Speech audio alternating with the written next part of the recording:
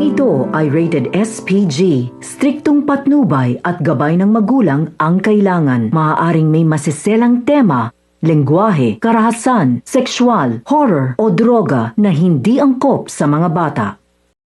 Ang bangayan ni Moira at Lynette. Magandang araw at eto na tayo sa ating pinakaabangang kagpo sa abot kamay na pangarap. Welcome to my channel. Please don't forget to like, comment, and click the bell button para lagi kayong updated sa aking mga videos. Samantala, sa bahay ng mga Tanyan, dala na ni Robert ang papeles na petition para sa annulment niya kay Moira at pirmado niya na ito at hindi naman siya pinigilan ni Don Pepe dahil nasa tama siya. Sabi ni Giselle kung sigurado siya sa desisyon at hindi na ba magbabago ang isip niya. Sabi ni Robert sigurado na siya sa desisyon niya. Gusto na niyang mawala sa buhay niya si Moira at ayaw niya nang nakakabit ang apelyido nila sa pangalan ni Moira dahil sinira at dinumihan niya ito at hindi siya karapat-dapat sa apelyido natin. Nagtanong si Giselle kung paano ang Apex. Naisip niya na baka pwedeng magawa ng paraan nila para mabawi ang Apex kay Moira gamit ang pagiging kasal mo sa kanya. Alam naman natin na kahit annulled ka na kay Moira, pag-aari mo pa rin ang kalahati ng Apex. Pero hindi yun sapat para mabawi natin ng buong-buo ang Apex sa kanya at para tuluyan na siyang mawala sa buhay natin. Naniniwala naman si Robert na may iba pang paraan na pwede nilang gawin para mabawi ang Apex na hindi sangkot ang kasal nila ni Moira at may tiwala din si Don Pepe kay Ubeng na makakakita sila ng ibang paraan. Pagkaalis ni Robert sa bahay nila, nag-usap naman si Giselle at Don Pepe. Nag-aalala kasi si Giselle sa desisyon ni Ubeng na sigurado na siya mag-file ng annulment kay Moira. Hindi niya inuuna ang pagbawi ng Apex kay Moira at kung okay lang din ito kay Don Pepe. Sabi ni Don Pepe mas mahalaga si Ubeng kesa sa Apex at hindi ibig sabihin nun na wala na akong plano na bawiin ito kay Moira. Masaya na si Don Pepe dahil inaayos na ni Ubeng ang buhay niya. Dahil bago pa man siya mawala, gusto niyang makita niya ang mga anak niya na nasa maayos. Sabi naman ni Giselle, huwag ka magsalita ng ganyan papa, hindi ka pa mawawala. Sabi ni Don Pepe, pag nabawi na natin ang Apex at wala na si Moira sa buhay natin, doon ko lang na masasabi na maayos na ang buhay ni Ubeng. At pag nangyari yon, ikaw naman ang tutulungan kong mag-ayos ng buhay mo. Sabi niya kay Giselle. Nagulat naman si Giselle sa sinabi ni Don Pepe, pero hindi ito sumagot. Samantala sa restaurant, excited na si Josa sa gagawin nilang food tasting ni Lynette. Malilate si Carlos nang dating kaya sabi niya, pwede na silang mauna sa food tasting, total kasama naman niya si Josa at matutulungan niya si Lynette at naniniwala naman si Carlos sa taste ni Josa.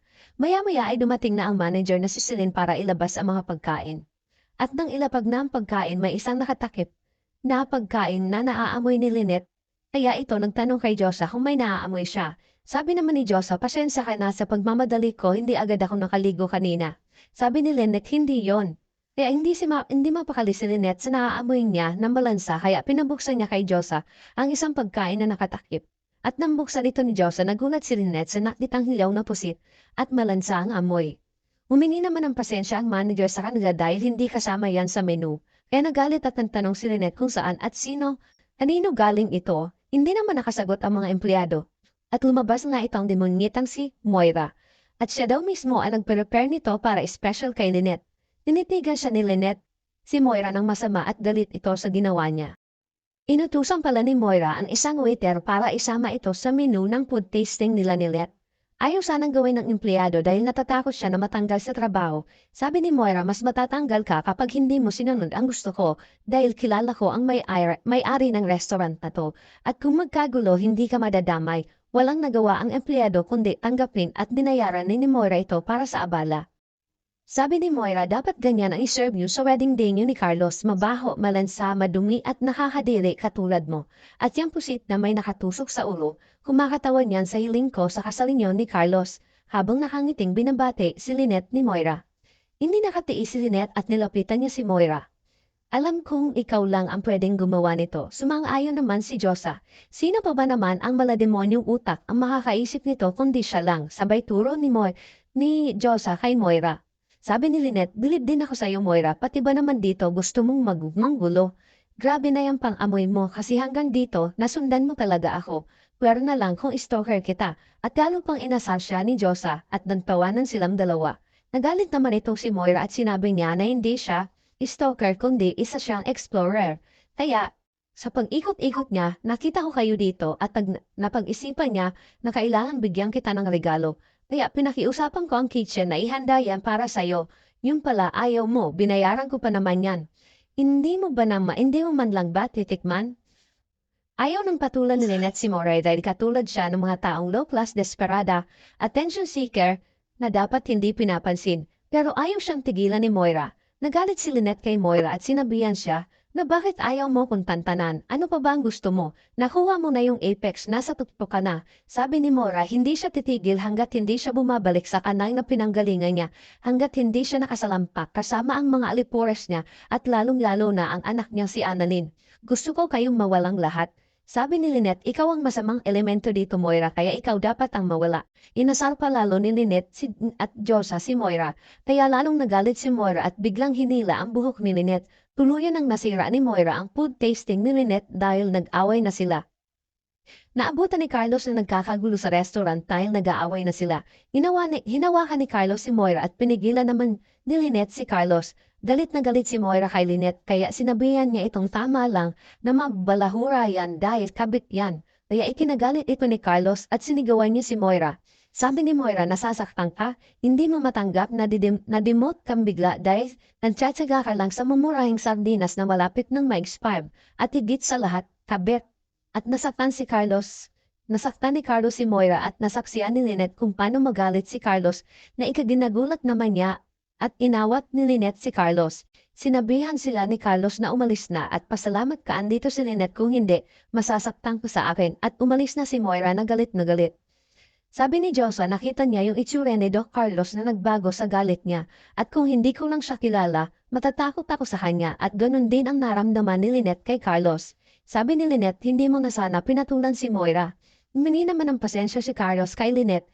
Hindi ko hayang masira ang pangalan ko dahil sa babaeng yon at hindi ako papayag na masaktan ka niya. Ganun kita kamahal, andito ako para protektahan ka.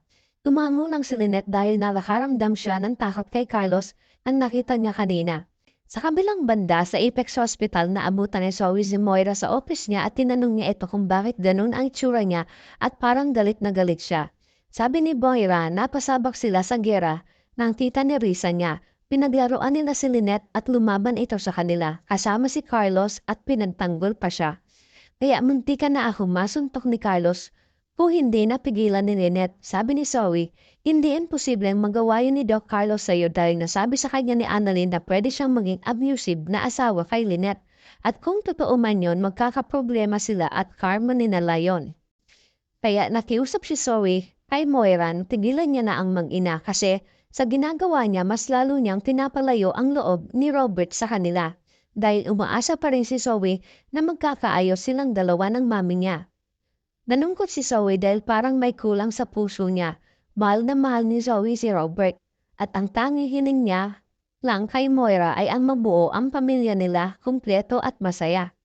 Sa Eastridge Hospital habang nagbabasa si Annalyn ay dumating ang lola niya na si Chang Susan at may dala itong pagkain para sa kanya. Kaya lang nung narinig niya na sinabi ni Chang Susan na galing kay Doc Carlos, bigla itong nawala ng ganang kumain. Bakit ang nega-nega mo sa kanya? Sabi naman ni Annalyn, ay boto nga pala kayong lahat sa kanya. Sabi naman ng lola niya, di ba boto ka din sa kanya? Bakit bigla kang nagbago? Gusto mong mabuo ang pamilya mo pero madaming ang nagbago. Bakit hindi mo subukan? Nabuksan ang mga mata mo sa kabutihan ni Doc Carlos. Buksan mo ang puso mo, baka sakaling maliwanagan ka kung bakit si Doc Carlos na ang gusto ng nanay mo. Walang imik lang si Annalyn. Samantala sa teaser, natanggap na ni Zoe ang annulment papers para kay Moira ni Robert at agad tinawagan ni Zoe si Moira upang sabihin niya ito. Galit si Moira nang malaman niya ito at hindi siya makakapayad na hiwalayan siya ni Robert. Samantala, kausap naman ni Robert si Doc Ray at sinabi niyang desidido na siyang hiwalayan si Moira at pinayuhan siya ni Doc Ray na ito na ang pagkakataon mo para sabihin mo kay Lynette ang totoong nararamdaman mo sa kanya at ang mahalaga na sabi mo ito sa kanya.